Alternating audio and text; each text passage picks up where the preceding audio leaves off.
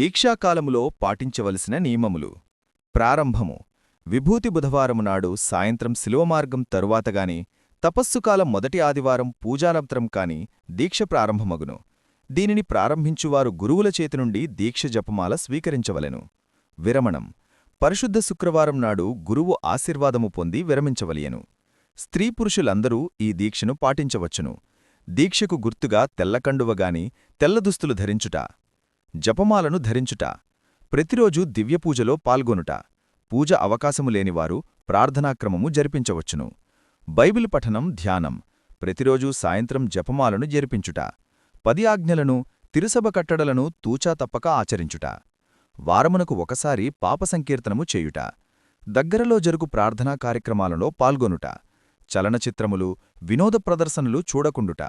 జూదము ధూమపానము మద్యపానములు వదిలివేయుట. శాకాహారమును మాత్రమే భుజించుట. రోజుకు కనీసము ఒక పుణ్యకార్యమును చేయుట.